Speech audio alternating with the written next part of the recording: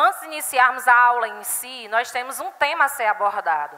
Então, é um vídeo que vocês vão assistir, que fala um pouquinho sobre projeto de vida.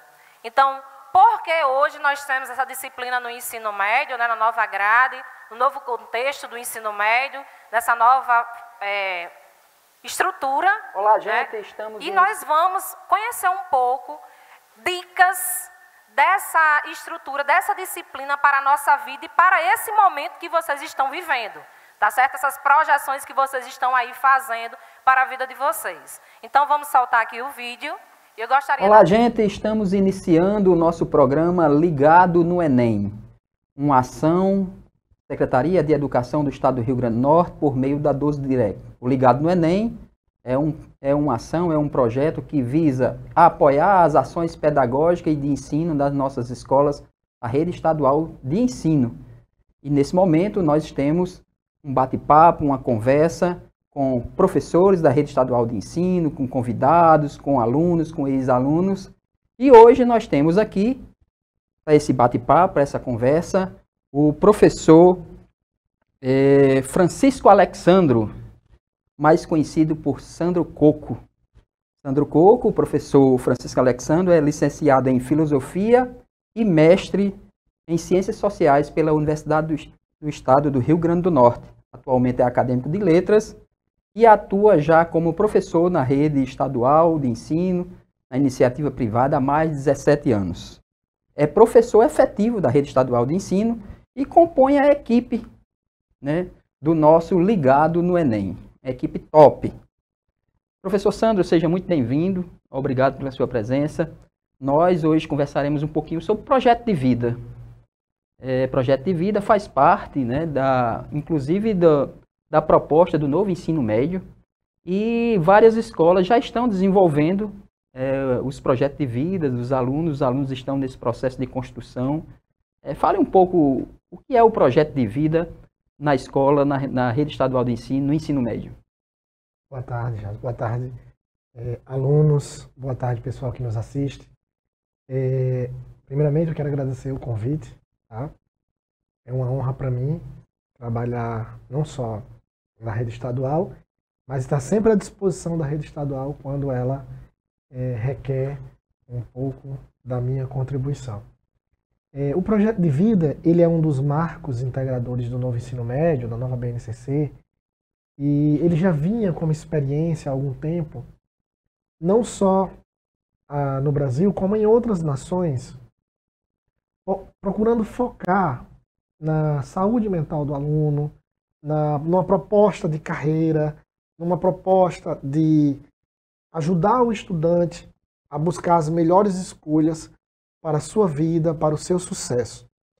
A gente que foi de uma educação mais tradicional, a gente via algumas matérias, disciplinas que ainda compõem o currículo do ensino médio, mas a gente sempre se questionava em inúmeras matérias, onde é que eu vou usar isso na minha vida? E a gente via que muitas matérias trabalhavam temas, né, como a matemática, trabalha lá a sua geometria, aritmética, história, trabalha determinados temas do passado, mas a gente nunca tinha parado para pensar em que a vida dos indivíduos, a vida do sujeito, a vida das pessoas, ela é muito maior do que apenas cálculos, números, ou uma data, ou um evento que eu tenha que relembrar. Mas sim, nossa vida ela é constituída de sensações, afetos, emoções e vivências. Então o projeto de vida ele vem suprir essa carência do velho ensino médio, nessa lacuna do velho ensino médio, que não tinha nenhuma matéria ou nenhuma pauta que pudesse fazer o aluno refletir sobre sua vida, sua saúde mental, suas escolhas, entre elas, sua escolha profissional.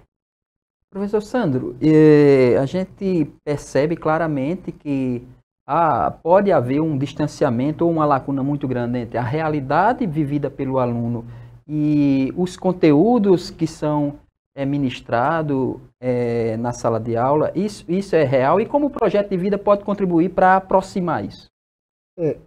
Eu percebo o ensino médio, o novo ensino médio, como sendo muito integrador. Eu vejo ele muito de unir não só as antigas disciplinas, umas às outras, fazendo o que já desde 96 era pregado pelas diretrizes de base, o ensino transdisciplinar ou interdisciplinar, mas o que eu vejo no projeto de vida é uma humanização da escola. Então, quando certos conteúdos parecem se distanciar da realidade, o projeto de vida vem e diz assim, ó, isso aqui é usado no mercado de trabalho, isso aqui é usado nas nossas relações afetivas.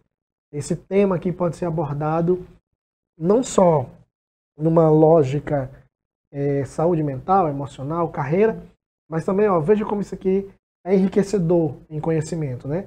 A nova BNCC tem 10 competências gerais e é incrível como o projeto de vida ele abarca praticamente todas, desde comunicação, a cuidado, autocuidado, autoconhecimento, entendeu? Eu percebo o projeto de vida como, vamos dizer assim, uma alma que preenche todo esse corpo das demais disciplinas do ensino médio. Então, essa pergunta, ela talvez case muito com essa sua reflexão que você faz nesse momento, que quais seriam, então, as competências, né, que seriam necessárias para esses alunos através da elaboração do seu projeto de vida? Uma das tarefas novas dentro dessa disciplina, ou pelo menos desse componente, eu não vou chamar de disciplina, mas de componente curricular, é que os alunos irão, no decorrer do ano, montar um portfólio. E no final do ano, a culminância desse portfólio é uma apresentação desse portfólio. E aí, se você pegar, eu não tenho todas as competências de cabeça, as gerais, mas se você pegar as 10 competências gerais do novo ensino médio, a primeira delas é conhecimento. Então, o aluno ele só vai poder montar um portfólio se ele tiver conhecimento. O que é um portfólio? Como fazer um trabalho numa linguagem mais acadêmica, né, mais próxima das normas, né, de diretrizes e etc. Além de conhecimento, outras competências como autocuidado, autoconhecimento, cuidar da própria saúde, não só mental, mas também física. Competências como arcabouço cultural do aluno. Então, assim, todas as vivências que vão ocorrer durante o ano dessa implantação do novo ensino médio, que serão preenchidas em sala de aula, sejam dinâmicas, sejam reflexões, sejam conhecimentos até mesmo eruditos ou acadêmicos ou culturais, eles vão formar, né, a grade, e o aluno, diante dessas vivências, montará um portfólio. Então, assim, de cabeça eu imagino competência como conhecimento, repertório cultural, domínio de linguagem e apresentação, comunicação. Uma das competências básicas, né, competências gerais, é a argumentação. Então, é bacana essa reformulação. Eu, pelo menos, sou um entusiasta desse novo ensino médio. Eu acho bacana, porque, assim, vocês de casa, e eu acredito que nós apresentamos muitos trabalhos durante a escola. Quando a gente é pequeno, pegava lá a cartolina, né?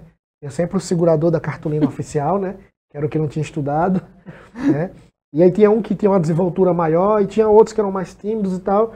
Mas se você prestar bem atenção, a escola antiga nos colocou para apresentar trabalho, mas não teve uma aula, ou uma cadeira, ou uma disciplina, ou um momento para ensinar a falar em público. Não é curioso? E como é que eu exijo de um aluno que ele saiba falar em público, que ele use a oratória, que ele use a argumentação, mas eu nunca trabalhei isso. Talvez um ou outro professor em alguma aula de português tenha dado uma aula, 45 minutos. Então, se o sujeito faltou naquele dia, ele não aprendeu esse componente. Mas a gente exigia antigamente que os alunos apresentassem trabalho, mas a gente nunca ensinou o aluno a apresentar. Então, essa é uma competência nova que está dentro do projeto de vida. E eu ainda lembro que, não sei quais eram os traumas, mas com certeza deveria ter muitos, quando a gente obrigava aos alunos a não ler o papel, tinha que decorar o papelzinho, isso que era mais terrível. Professor Sandro, o projeto de vida pode contribuir para que os nossos jovens, os nossos alunos da rede estadual de ensino, direcionem a sua vida profissional, possa escolher bem um próprio curso, uma própria universidade, faculdade? É importante nesse sentido o projeto de vida? Sem sombra de dúvidas. Muita gente pensa que o projeto de vida tem como foco maior, porque o nome dele completo é Projeto de Vida e Carreira, né? Pensa que o foco maior é a escolha profissional. Ministrando esse conteúdo já há algum tempo na cidade de Mossoró, seja na rede privada ou na esfera pública, de fato, é um carro-chefe, mas não é só isso.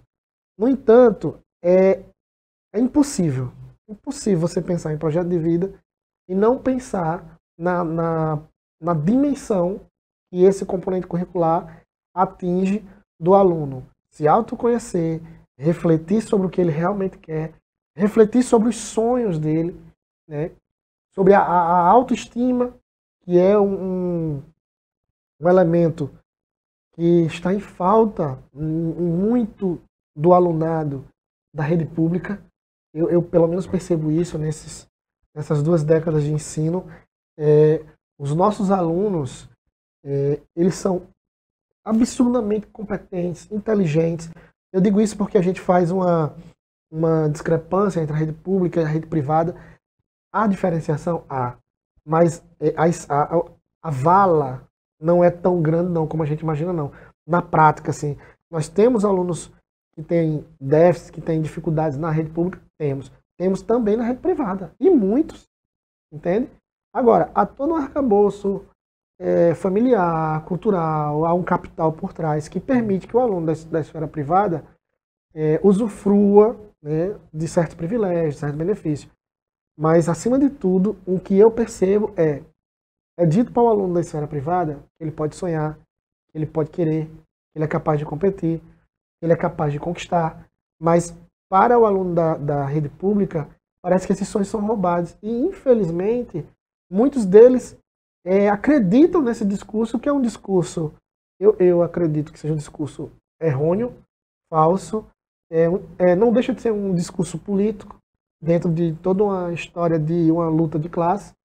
E eu creio que o nosso aluno, ele é competente, ele é capaz. Agora, falta ele perceber isso nele, ele tem essa autoestima. E aí o projeto de vida vem e ele meio que puxa assim, o aluno para cima e diz, você é capaz. Agora você precisa se conhecer primeiro, para que você possa sonhar seus sonhos. Não o sonho que alguma sociedade, ou a família, ou alguém lhe impôs, nem o sonho que lhe foi tirado e roubado. Maravilha. Professor Sandro, então vamos falar de algo que é concreto. Nas suas experiências e vivência como professor, tem algum exemplo, tem alguma ação que você possa compartilhar com os nossos alunos aqui, com nossas comunidades escolares? Seu projeto de vida? Cara, assim, é uma bomba emocional, sabe? Assim, ministrar o projeto de vida é você adentrar a realidade existencial, espiritual, familiar dos alunos. Muitos compartilham de suas vidas assim, mais íntimas possíveis, entendeu? Desde de traumas, medos, inseguranças, até sonhos, vocações, exemplos. E assim, esse ano está sendo a minha primeira experiência com a escola pública, né, com o projeto de vida escola pública, que eu já tinha desenvolvido na esfera privada. E aí, quando eu percebi a importância lá na rede privada, eu comecei a inserir dentro do componente de filosofia. Antes mesmo da implementação do novo ensino médio. Mas um exemplo assim, que tem me marcado muito são os depoimentos dos alunos. Depois, professor, do projeto de vida, eu passei a acreditar mais em mim, a ter mais potencial. Os livros, cara, pelo PNLD, eu fiquei imaginando, será que vai ter livro? E aí nós tivemos a oportunidade de escolher vários livros, e aí optamos por um, lá no Moreira Dias. E assim, o livro é muito enriquecedor. Os textos, as músicas, são muito inspiradoras. E também as dinâmicas. Então muitos falaram, eu nunca tinha parado para organizar meu horário de estudo em casa. E o projeto de vida também contribui com isso. E aí eles passam a ser mais disciplinados, mais organizados. Esses testemunhos deles de de organização do estudo, de poder sonhar e de saber que irão conquistar, é muito gratificante. Muito bom, muito bom. Infelizmente, nós estamos chegando ao final do nosso bate-papo, da nossa conversa, professor Sandro. Nós, do Ligado no Enem, da 12 Direc, só temos a agradecer. Você também participará, né, dando aula nos nossos alunos, contribuindo nos nossos aulões, e a gente agradece e fica aí a palavra para as considerações finais. Eu só tenho a agradecer. Eu acho que a esfera pública, o trabalho na esfera pública, para mim é como um sacerdócio. A aula que eu ministro na rede privada é a mesma que eu ministro na esfera pública. E eu agradeço demais de estar participando desse projeto. Já tinha participado de outros projetos junto à Direc, né, de cursinhos, de aulões. E mesmo tendo uma carreira profissional extremamente atarefada, com quase 7 escolas e muitos cursinhos, isso e aquilo, mas quando a Direc diz assim, você vai participar de um projeto, eu não quero nem saber a data, eu já digo, vou. Porque eu acho que para mim é o pouquinho que eu posso retribuir à rede pública como aluno da escola pública, do nascimento até a minha terceira graduação. Agora, sempre foi na esfera pública. Muito legal. Bom, e agora, no próximo bloco, nós vamos ter aí a sequência dos nossos aulões Ligado no Enem 12 Direct 2022. Então, eu vou chamar aqui ao palco para começar nosso momento tão esperado, né? Vamos iniciar, vou chamar aqui, conduzir nosso aulão de hoje de Filosofia e Sociologia, o professor Sandro Coco. Gostaria de palmas para o professor, né? O professor aí. Seja bem-vindo, professor, a esse momento. E agora o microfone é todo seu.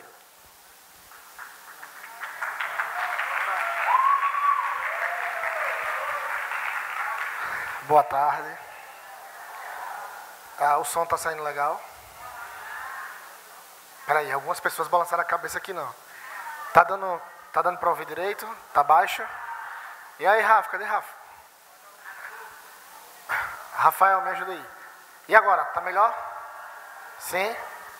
Gente, é o seguinte, eu não tinha percebido que eu era tão fanho até ouvir o áudio. Então, dá um desconto aí na minha voz, tá bom? Meu nome é Sandro Coco, eu sou professor de filosofia. E aí eu trouxe hoje para vocês, gente, uma linha do tempo da história da filosofia. Eu não sei até onde a gente vai conseguir chegar, mas eu espero que a gente possa avançar o máximo possível. No material de vocês, gente, tem um número de questão maior do que será apresentado aqui. Então, algumas questões tá no material, mas não faz parte da nossa aula hoje. Rafael, tá dando microfonia. Ok. Pode passar aqui. Gente, quando a gente está estudando para o Enem e a gente vê filosofia, a filosofia ela não se desenrola, ela não acontece, ela não existe fora da história. A filosofia ela é um complemento da história humana. Vocês sabem mais do que eu que a história humana ela é dividida em 4 partes: antiga, média, moderna e contemporânea. A filosofia, pessoal, é da mesma maneira. Ela se dá como filosofia antiga, filosofia medieval, filosofia moderna e filosofia contemporânea. Aí, gente, nessa apresentação aqui, nessa página, nessa lâmina do slide, eu fiz como se fosse um mapa mental, um resumo linear do que aconteceu com a história da humanidade. Se vocês olharem bem lá no canto, você vai ter mito versus logos. Sandro, o que é isso? Eu gostaria que você fizesse o seguinte exercício comigo. Imagine que a gente tem a capacidade de se transportar para o passado e nós estamos mais ou menos há 3.000 anos. Imagine que a gente não está em 2022, imagine que a gente está no primeiro milênio antes de Cristo. Imagine um homem frente à natureza, existindo neste planeta, onde a natureza por si só é carregada de fenômenos naturais. Não é assim que a gente aprende nas demais disciplinas? Pois bem, imagine que esses fenômenos sempre existiram, existem e existirão. Mas imagine que o homem não tem a bagagem filosófica, nem a bagagem científica que nós temos hoje. E aí imagine que você há 3.000 anos, diante de um fenômeno da natureza, seja ele um terremoto, seja ele o ciclo natural da água, seja ele a questão do anoitecer e do amanhecer, e você tem que explicar isso aí, só que você não tem nem filosofia, nem ciência para usar como argumentação teórica. Concordam comigo que o homem, lá no passado, diante dessa situação, passou a explicar o mundo através de quê? Através de histórias fantasiosas, atribuindo à natureza poderes divinos, elementos divinos. É o que nós chamamos de mito. O nascimento da filosofia, gente, ele se dá no século VII a.C., quando o homem, diante dos fenômenos naturais, olha para esses fenômenos, explica que esse fenômeno ocorre por causa de algum Deus, baseado em alguma crença, e alguém chega, olha para essa explicação e diz: eu não aceito isso como validade argumentativa, reflexiva, racional, para explicar quem sou, de onde vim, para onde vou, ou para explicar por que o mundo é do jeito que é. No primeiro momento que a gente olhou para o mito e disse: eu não aceito a crendice, a superstição, uma explicação mitológica para dizer por que chove, por que o sol nasce, eu quero uma explicação racional, nasce a filosofia. Eu queria dar algumas dicas para vocês.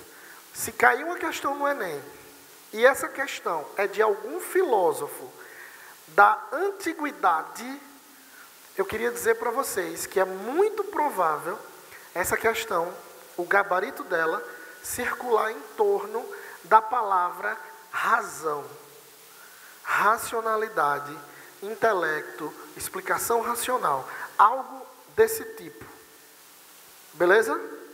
Então, ó, peguei a prova do Enem, está lá uma questão, e eu sei que é de um filósofo da antiguidade, eu de cara vou me lembrar dessa dica. É alguém que acreditava na razão como ferramenta para explicar por que o mundo é do jeito que é. Sandro, mas lá no ensino médio, o meu professor me ensinou sobre vários filósofos da antiguidade. Sim, muitos. Eu tenho que decorar todos para o Enem? De forma nenhuma. O próprio Enem vai trazer o filósofo para você. O próprio Enem vai trazer algum texto, alguma explicação, e o comando da questão vai pedir apenas que você identifique qual a principal contribuição desse filósofo para a história da humanidade. Compreendido? A filosofia nasce, gente, com os filósofos chamados pré-socráticos. Esses caras, eles queriam entender a origem do universo. Foram vários filósofos, Tales de Mileto, Pitágoras, Anaximandro, Heráclito. Cada um deles explicou que o universo surgiu de algum elemento. Tales de Mileto disse que surgiu da água. Pitágoras dizia que todos os elementos que compõem o universo são quantificáveis, ou seja, ele dizia que tudo surgiu do número. Tinha um maluco chamado Heráclito, que ele dizia que todas as coisas estão em transformação, em mudança, nada permanece o mesmo. Já caiu até uma frase dele no Enem, onde ele dizia o seguinte: ninguém se banha 2 vezes no mesmo rio, pois quando for se banhar a segunda vez, a pessoa não é mais a mesma, as águas não são mais a mesma, o tempo não é mais o mesmo, tá? Por sua vez, gente, teve um outro filósofo chamado Parmênides, que é um dos considerados pais da física, que afirmou que a mudança e a transformação é uma aparência dos sentidos. Então, no decorrer da história da filosofia, o que nós vamos ter são vários homens tentando explicar o que é o ser humano, como ele conhece, como ele pensa. E nós vamos ter muitas antagonias. A primeira antagonia, a primeira disputa é essa. Heráclito dizendo que tudo se transforma, tudo muda, e Parmênides dizendo que tudo permanece a mesma coisa, o que muda é a casca, é a forma. Depois, gente, nós temos um grupo de filósofos chamados sofistas. Esses caras, eles pregavam que a verdade era relativa, que o que é verdade para mim pode não necessariamente ser verdade para você. Ah, professor, essa ideia é muito massa, porque é uma ideia que respeita a opinião dos outros, as várias formas de pensamento. Gente, pregar que a verdade é relativa não significa respeitar a opinião do outro, certo? Respeitar a opinião do outro, muito embora você não concorde, é massa. é uma questão de educação, é uma questão de sabedoria, é uma questão de respeito. Agora, acreditar que a verdade é relativa é muito perigoso, é muito complicado. Professor, mas você está dizendo que filósofos, que são sábios, do passado defendiam isso. Claro que eles defendiam, pessoal. A maioria dos filósofos do passado faziam parte da elite social e se beneficiavam dessa estrutura social, onde muitos deles até ganhavam para ensinar, que é o caso dos sofistas. E como o ensino dele, retórico, oratório, ensinar a saber falar em público, era muito viável, não só para aquela comunidade grega, mas para sua própria sobrevivência, porque gerava renda para eles, eles tinham que defender suas teses. Mas, gente, hoje, na contemporaneidade, a gente resgata esse tema do relativismo e a gente resgata com muito cuidado. Por quê? Eu costumo dizer que nós estamos vivendo agora a morte da ciência. Claro que ela não vai morrer. Claro que a razão, que a racionalidade, a crítica não vai morrer. No momento que existir um ser humano que tem a capacidade de ser inquieto e questionador, a racionalidade, a criticidade, a ciência não vai morrer. Mas por que eu digo que nós estamos vivendo a morte da razão? Porque a gente prefere acreditar numa mera opinião do WhatsApp do que em uma comunidade científica. Nós que viemos de 2 anos pandêmicos, nós vimos isso de forma muito forte, muito latente. E nós perdemos, eu não sei se aconteceu com vocês, eu perdi um tio porque ele negava a potencialidade do vírus da Covid. E aí ele teve que pagar o preço com sua própria vida, infelizmente, em maio do ano passado. Então, a ignorância, gente, as trevas da falta de conhecimento, ele tem um preço muito caro. Eu sei que a maioria de vocês que estão aqui amam o conhecimento, gostam de estudar, querem aprender, sonham em ter uma vaga num curso superior. E vocês, mais do que eu, vocês sabem o quanto isso é caro. Estudar é caro, é difícil. Requer o quê? Tempo, requer dedicação, requer esforço. Mas eu digo para vocês, mais caro que o conhecimento é a burrice. A burrice é muito cara, a ignorância é muito cara. Pela ignorância você vai estar sempre dominado por outras pessoas. Seja politicamente, seja mediaticamente e por aí vai. Então, gente, esses caras, a gente respeita a ideia deles, mas muito embora a gente não venha concordar, a gente precisa ensinar o pensamento dos caras. Eles pregavam que a verdade era relativa. Show de bola? Caiu no Enem, sofista, a verdade é relativa. Ok? Aí, para bater nesses rapazes, aparecem esses 2 caras. Sócrates e Platão. Mestre e discípulo. Muitos dos livros de Platão, Sócrates é o personagem principal. Sandro, o que eu preciso levar desses 2 caras? De Sócrates, gente, você precisa lembrar que, para ele, a filosofia é um autoexame. Eu não tenho que aprender filosofia, eu não tenho que buscar o conhecimento para me amostrar, para me portar mais sábio que o outro, mais inteligente que o outro, ou para lacrar com a cara do outro porque eu sou mais sábio ou intelectual. Não. O conhecimento, gente, ele existe para transformar a nossa própria vida. E eu posso garantir a vocês, transforma, viu? Transforma. Eu agradeço tudo que sou e tudo que tenho ao conhecimento, à filosofia. Sou oriundo de escola pública. Estudei na Eliseu Viana, no ensino médio, no final do ensino médio. O início do meu ensino médio eu fiz no Abel Coelho e o fundamental numa escola municipal chamada Antônio Fagundes. Toda a minha vida, toda, foi em colégio público, certo? E posso garantir a vocês. Obrigado. Fiz o curso de filosofia na UERN. Depois de dar aula para o Enem, durante bastante tempo, um aluno chegou para mim dar dica, tenha calma durante a prova. É um terror. Ela, mais do que ser uma prova de conhecimento, gente, que mede bem pouquinho conhecimento, ela é uma prova de esforço físico. Então, eu dou dicas aos meus alunos e tal. Aí, um aluno meu, em 2015, perguntou, o senhor já fez? E eu nunca tinha feito Enem.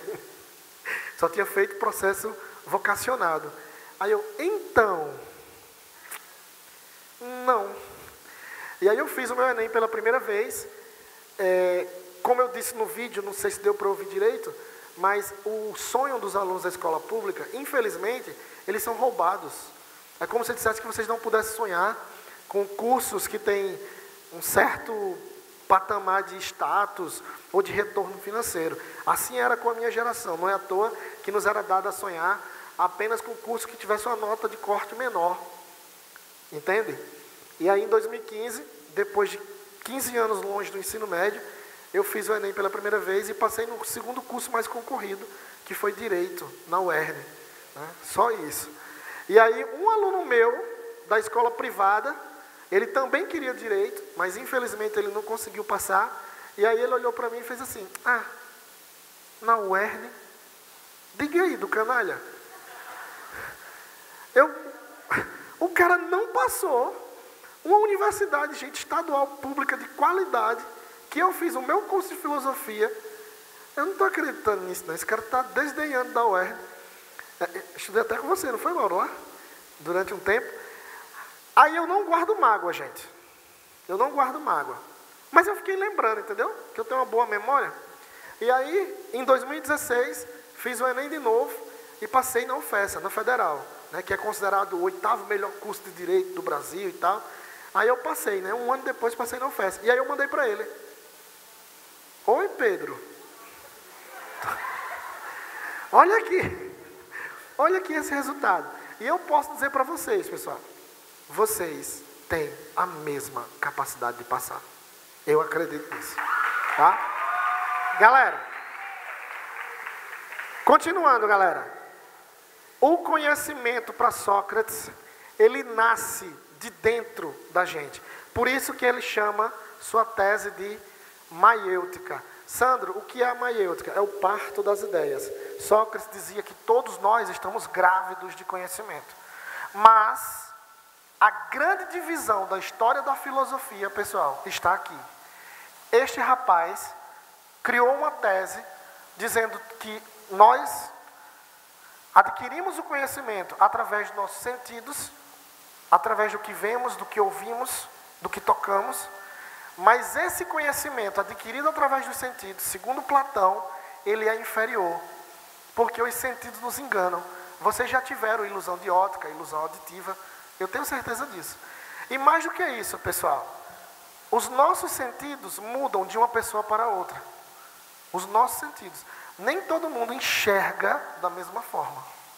Nem todo mundo tem a mesma capacidade sonora ou auditiva. Compreendem? E aí Platão diz que esta realidade aqui, sensível, sensitiva, ela é inferior. Ele prega que o conhecimento verdadeiro está no mundo das ideias. Eu tenho certeza que vocês já ouviram seus professores de filosofia falarem sobre isso. O mundo das ideias. É lá no mundo das ideias que estão as verdadeiras ideias e conceitos.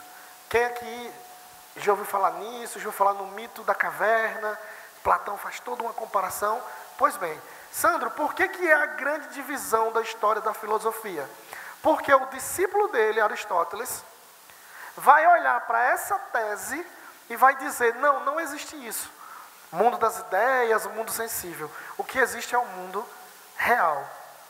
Por isso que a corrente dele recebe o nome de realismo. Beleza, galera? Gente, isso aqui é um micro resumo da antiguidade, tá? Mas lembre-se, percebam, todos eles pregam a força da razão, a capacidade de pensar e de raciocinar. Show de bola? Sandro, o que acontece no período seguinte? Gente, quando eu digo assim para vocês, ó, idade média, na sua cabeça vem a lembrança, a imagem da Igreja Católica. É ou não é? Foi a instituição que juntou política e religião, e nessa situação da mistura de política e religião passou a dominar o mundo por 10 séculos. Uma instituição, gente, importantíssima para a história da humanidade, para a história da Europa e para a história dos países que foram colonizados pelos países europeus, como é o nosso caso. Então, o Ocidente, ele deve muito a sua construção de pensamento, a mentalidade medieval. Esse é um legado positivo. Muita coisa a gente deve à história da igreja. No entanto, gente, muita coisa também nos foi imposta pela igreja, entre elas, um silêncio da nossa racionalidade greco-romana. Aquela razão crítica, reflexiva, questionadora, foi silenciada em detrimento da fé.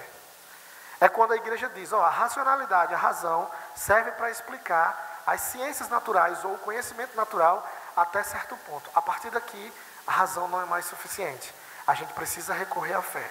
E aí, em nome da fé, claro, não da fé genuína, do cristianismo verdadeiro e genuíno, mas alguns homens, ditos servos de Deus, misturando política e religião, oprimiram uma parte da Europa, outros povos. Quem assiste a série Vikings, né, que antigamente a gente chamava de Vikings, entende muito bem o que eu estou falando.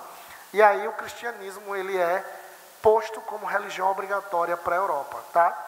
O que nos interessa na filosofia, pessoal, caiu uma questão lá no Enem, é de filosofia medieval. Você vai lembrar o seguinte: essa questão é do Ocidente ou é do Oriente?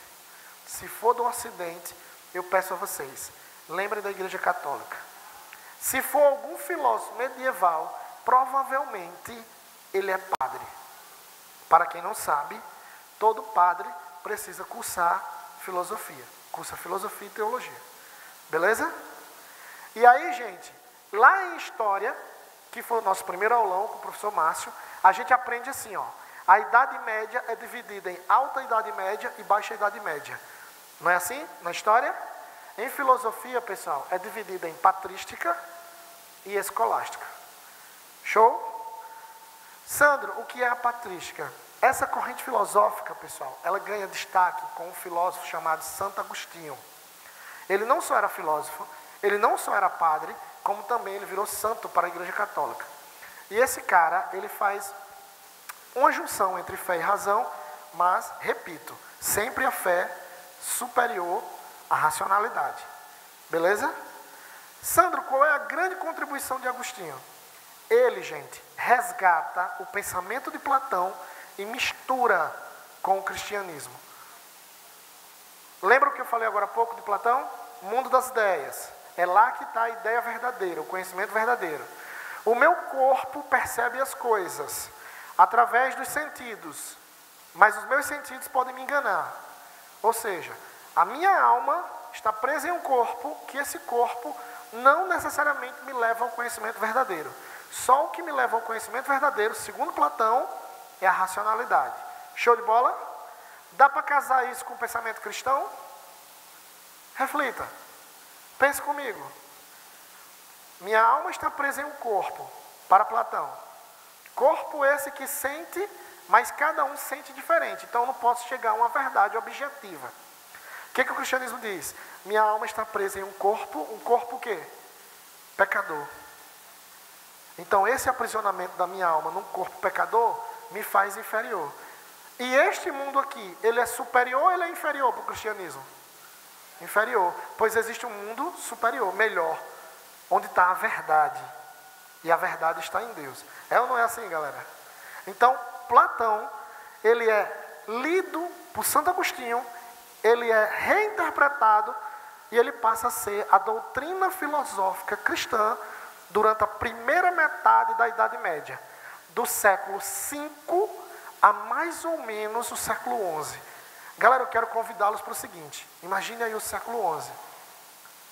A gente está beirando o século XII. Lá no século XII, gente, foram criadas as primeiras universidades. Lá no século XII, surge uma classe nova chamada burguesia, lá no século XII.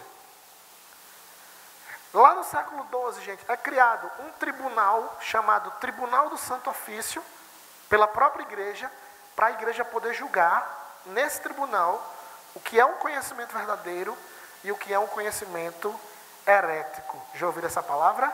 Heresia? O que é um conhecimento que bate de frente com as verdades estabelecidas pela igreja. O conhecimento que batesse de frente, você já sabe o resultado, né? Morte certa.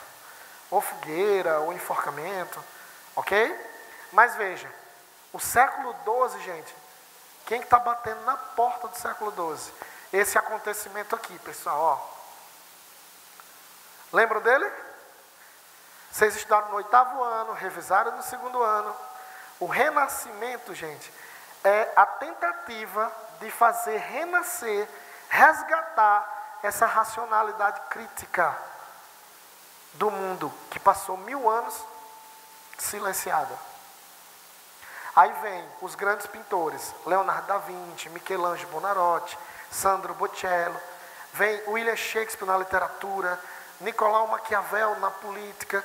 É quando essa galera diz assim, agora a gente vai voltar a interpretar o mundo, mas agora não mais pelos olhos da fé, e sim pelos olhos da razão. Show de bola? A Igreja Católica, gente, ela viu que ela precisava se abrir a isso. Se ela não se abrisse a isso, ela ia perder fiéis. É quando vem o que nós chamamos escolástica. Certo? Escolástica.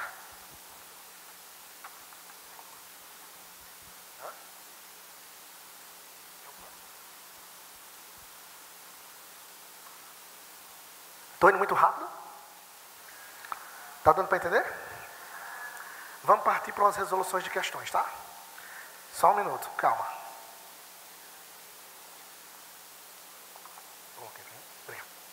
Olha só, galera. É quando surge a escolástica. E esse rapaz chamado São Tomás de Aquino pega Aristóteles. Não é mais próximo da ciência, gente, o realismo? Se eu só acredito no que eu vejo, não está muito mais próximo da ciência do que eu examino, do que eu testo. E aí esse cara faz uma junção do pensamento de Aristóteles, esse rapaz aqui, Tomás de Aquino, junta o pensamento de Aristóteles com o pensamento do cristianismo. Sandro, o que acontece a partir da modernidade? É só releitura, pessoal. Ou de Platão, ou de Aristóteles. Mas, Sandro, você colocou outro nome ali na modernidade. Ciência. Perceberam? Na antiguidade, o que fundamenta o homem entender a sua própria existência? A razão. Idade média? A fé. Idade moderna? A ciência. Sabe o que a ciência fez? Escute, viu? Escute bem. Criticar a postura da ciência não é negar a ciência. Como que a gente critica a ciência? Com a própria ciência. Com a racionalidade crítica e científica. Deu para entender? Criticar a ciência é fazer ciência. Criticar a ciência não é negar a ciência. Negar a ciência é você não saber absurdamente nada de biologia e dizer a vacina não funciona não. E se tomar, vira Lacoste.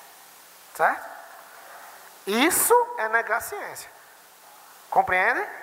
Agora você criticar é outra coisa. Sabe o que a ciência fez? Tomou o patamar de dona da verdade e escanteou a fé e a razão filosófica. Sandro, você colocou um tema em cada período.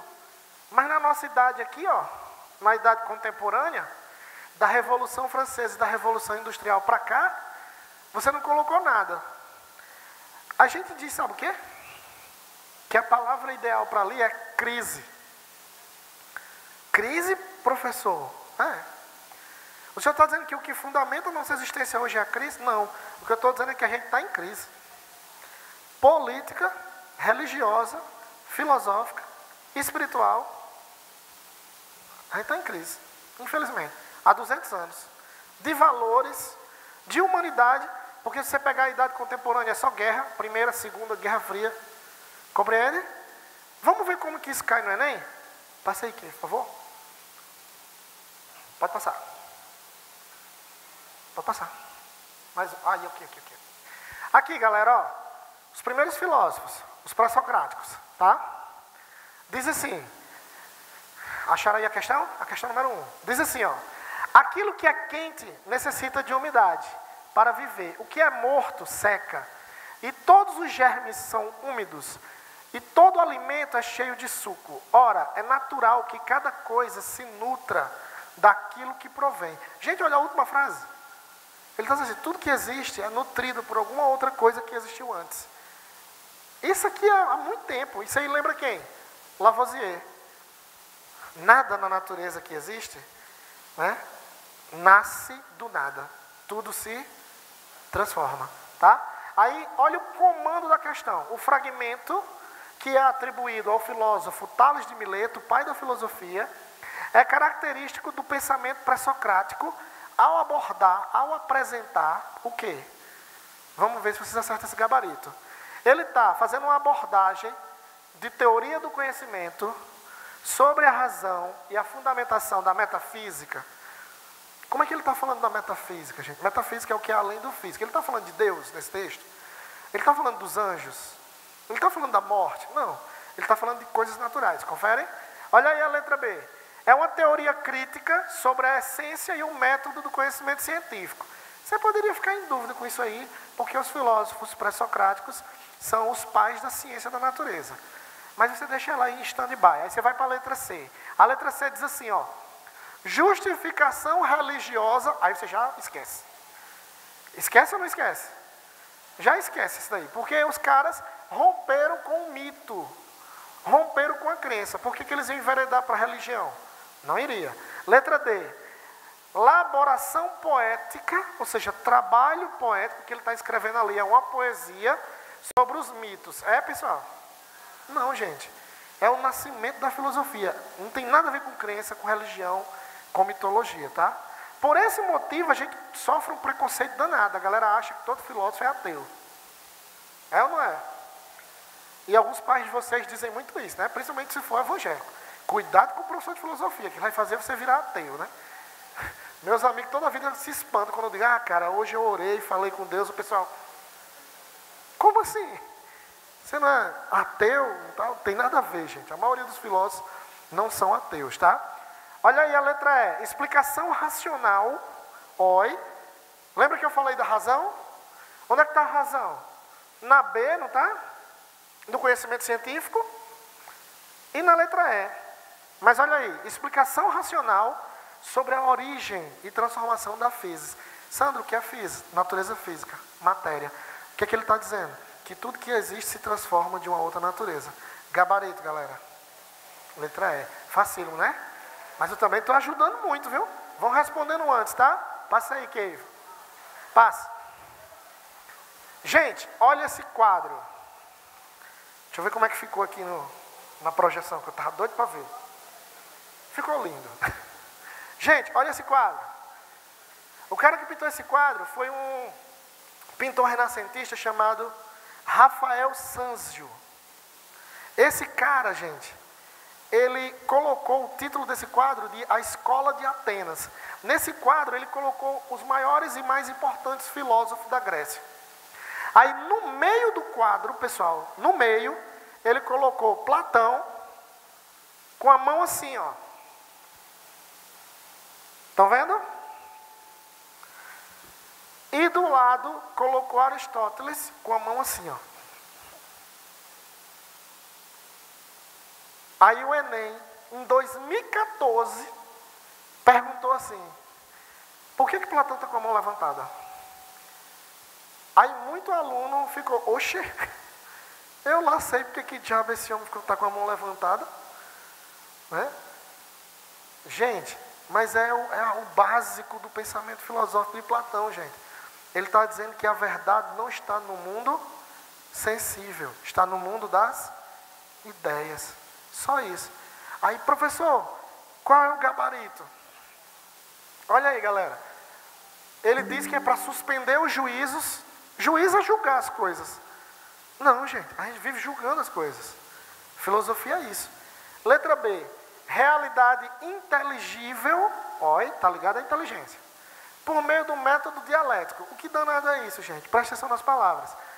Dialético, 2. De 2. Aletheia, verdade. Duas verdades. É como Sócrates, o mestre Platão fazia, confrontava uma verdade na outra. Certo? Ok? Parece muito, gente, parece muito. Aí, letra C. Salvação na condição mortal pelo poder de Deus. Amém, igreja? Amém. Gente, tem a ver com a questão? Não. Tem nada a ver. Mas muita gente marcou, porque ele estava fazendo assim. Que mentalidade mais medieval é essa, gente? De achar que a terra é plana, né? Aí Deus está no céu e você que fica sendo um menino danado vai para o inferno. Ah, bichinho, você vai para o inferno. Não era essa a mentalidade medieval? O inferno embaixo, o céu em cima? Gente, não existe isso, pelo amor de Deus. Tá? Compreendido, pessoal? Então não marca C não, por favor. Essência das coisas sensíveis no intelecto divino. As coisas sensíveis aqui da realidade, pessoal. Que Platão julga como inferior. Letra E. Ordem intrínseca do mundo por meio da... Olha aí a palavra. Qual é o gabarito, pessoal? B de bola? B de bola, correto. Show de bola. Pode passar aqui. Aqui, galera, ó. Aqui, a número 4. Eu quero fazer a 4 com vocês. A gente sai da antiguidade e entra na Idade Média. O que eu tentei explicar para vocês, se não ficou claro, vai ficar claro nesse texto do professor Danilo Marcondes. Olha aí o que ele diz no texto. Acompanhe comigo. Enquanto o pensamento de Santo Agostinho representa o desenvolvimento de uma filosofia cristã inspirada em quem? Platão.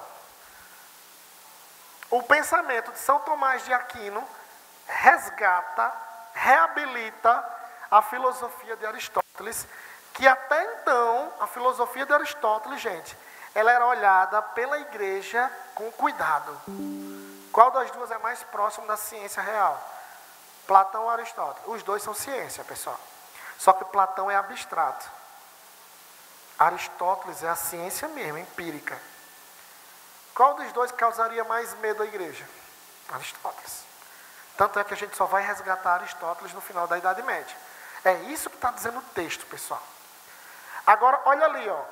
O aristotelismo de São Tomás de Aquino abriu caminho para o estudo da obra aristotélica e para a legitimação do interesse pelas ciências naturais. Um dos principais motivos de interesse por Aristóteles lá na antiguidade. Sabemos o que a questão quer? Não, porque a gente não leu o comando da questão.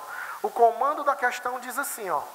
A Igreja Católica, por muito tempo, impediu a divulgação da obra de Aristóteles pelo fato da obra de Aristóteles... Agora é com vocês. Vou dar um tempo, já eu pergunto o gabarito.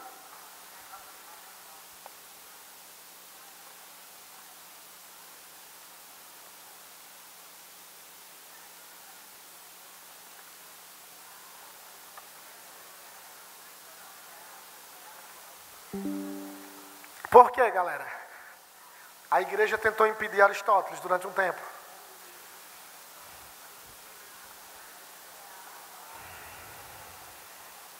Vou perguntar, hein? Gabarito, letra. Tá vendo como eles são bons? Aí chega um monte de gente idiota. São bons, pode bater palma, vocês são muito bons. Aí chega um monte de gente idiota. Desculpa ser um pouco rude, mas a palavra é essa mesmo. Chega um monte de gente idiota e critica a escola pública, sem saber a realidade da escola pública. Aí muitos dizem que vocês não são capazes. Aí eles são idiotas. Mas alguns de vocês são, sabe o quê? São lesados, porque acreditam neles. Não acredito neles não, vocês são massa. Vocês são incríveis. Tá bom? Que isso, pode passar. Pode passar. Não, volta para aquela lá. Gente, para a gente encerrar nosso aulão, tá? Foi bom? Já passou muito rápido? É porque eu sou incrível. Ei, para a gente encerrar. Quando chegou a modernidade, pessoal, que eu até falei para vocês. Caiu modernidade, lembre lá de ciência e tal. O que aconteceu? Aquele rapazinho que é um terror para vocês, aquele rapazinho do plano cartesiano, René Descartes, ele resgata Platão. E ele cria uma corrente chamada racionalismo. E essa corrente, ela prega que o conhecimento é a mesma coisa de Platão, só que com outras palavras. Essa corrente chamada racionalismo prega que o conhecimento verdadeiro só vem através da razão. Aí lá na Inglaterra, pessoal, isso era na França. Aí lá na Inglaterra, um rapaz chamado David Hume, ele disse assim, não. É fato, os sentidos podem me enganar. Os sentidos podem me enganar. Eu posso olhar rapidamente para um objeto e achar que ele é de uma cor, mas na verdade ele é de outra cor. Pode acontecer isso? Pode. Os sentidos podem me enganar. Mas aí, David Hume questiona assim, mas se eu olhar para o objeto com mais atenção, com mais rigor, com um método, eu posso confirmar a cor verdadeira dele? Sim ou não? Posso. Aí eu vou confirmar através de quê? Dos sentidos. Eu olhei, eu examinei. Então, David Hume, ele diz assim, os sentidos podem enganar, mas eles não enganam sempre. E aí é quando nasce, pessoal, a nossa ciência moderna, chamada de empirismo. Aqui nós temos duas grandes escolas filosóficas. Está lá no início do slide, tá? Depois vai chegar o slide para vocês aí, tá bom? Qualquer coisa, me procure nas redes sociais que eu mando, tá? Sandro, aí o Coco é C-O-C-C-O, tá? C-O-C-C-O, ok? Sandro Coco, com 2 C no meio. Me procurou lá, pede o slide que eu mando e mando outros materiais também, tá? Primeira corrente, a de René Descartes, racionalismo. Segunda corrente, de David Hume, de John Locke, filósofo inglês, dizia assim, ó, o cérebro humano, John Locke, o cérebro humano é uma tábula rasa. O ser humano nasce como uma folha em branco. As experiências sensíveis vão preenchendo essa folha, tá? Primeira corrente filosófica, racionalismo. Segunda corrente, empirismo. Olha como essa questão é legal, pessoal. Texto 1. René Descartes diz assim, experimentei algumas vezes que os sentidos eram enganosos. Você já ouviu alguém chamando seu nome? Juninho, aí não era ninguém, não já? Você já sentiu sua perna tremendo com o celular, o tato. Aí você, eita, é ele, né? É ela. Todo feliz, quando olhou, não era nada. Né? Só um espasmo do músculo, certo? Experimentei que os sentidos eram enganosos. Aí olha o conselho que o cara dá para a nossa vida intelectual. E é de prudência, nunca se fiar, ou seja, nunca confiar, nunca fundamentar inteiramente em quem já nos enganou uma vez. Entenderam? Tipo, eu posso, pelo exame científico, acreditar nos sentidos, mas se eles me enganarem, eu não vou confiar nele inteiramente. Gente, uma filosofia dessa serve até para a nossa vida amorosa, sabe não? Levou um chifre. Voltei, professor. Tem muito aluno que me procura para eu dar conselho, né? Acabo virando amigo, psicólogo, pai, padre, pastor. Ah, professor, voltei. Eu falo para ela, Descartes. Voltou porque quis. Pode até confiar.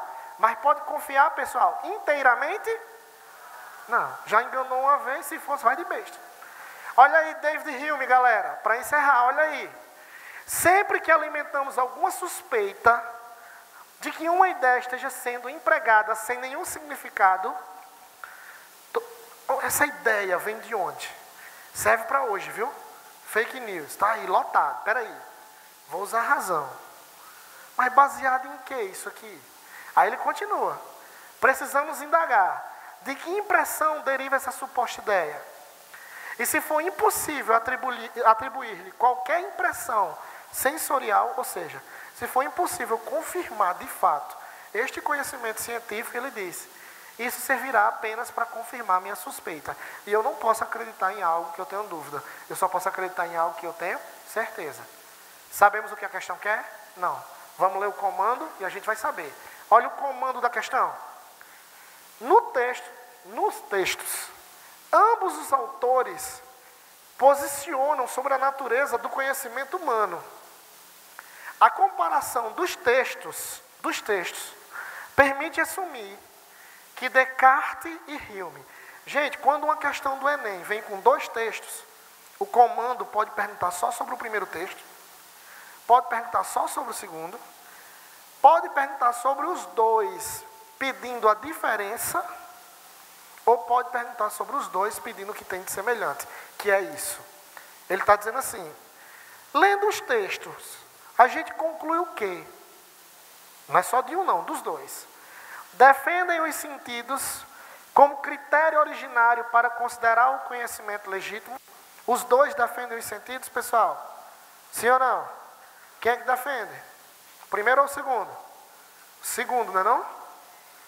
René Descartes defende a razão. Letra B, galera. Letra B.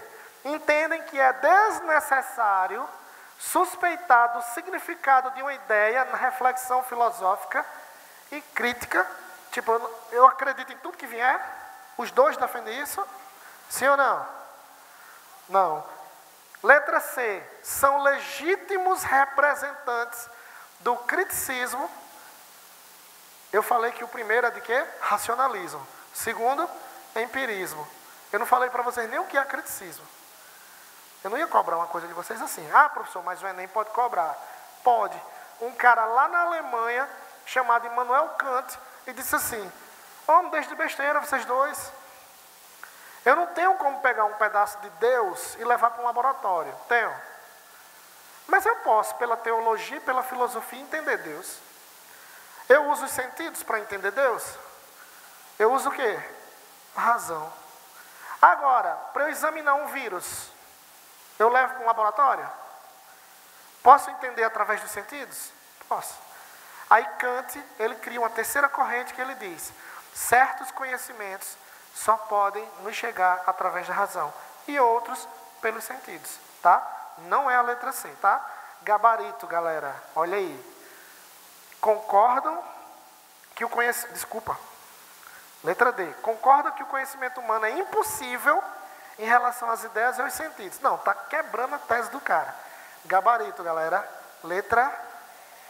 Ó, atribui diferentes lugares na obtenção do conhecimento, né, pelos sentidos. Show de bola, galera? Compreendido? Infelizmente, pessoal, não dá pra gente continuar a tarde toda, a noite toda. Eu poderia ficar aqui falando, mas não dá, ok? Eu só tenho a agradecer a vocês. Espero que vocês tenham gostado, tá? E se precisarem de minha ajuda, a gente tá lá no Moreira Dias e nas redes sociais, tá bom?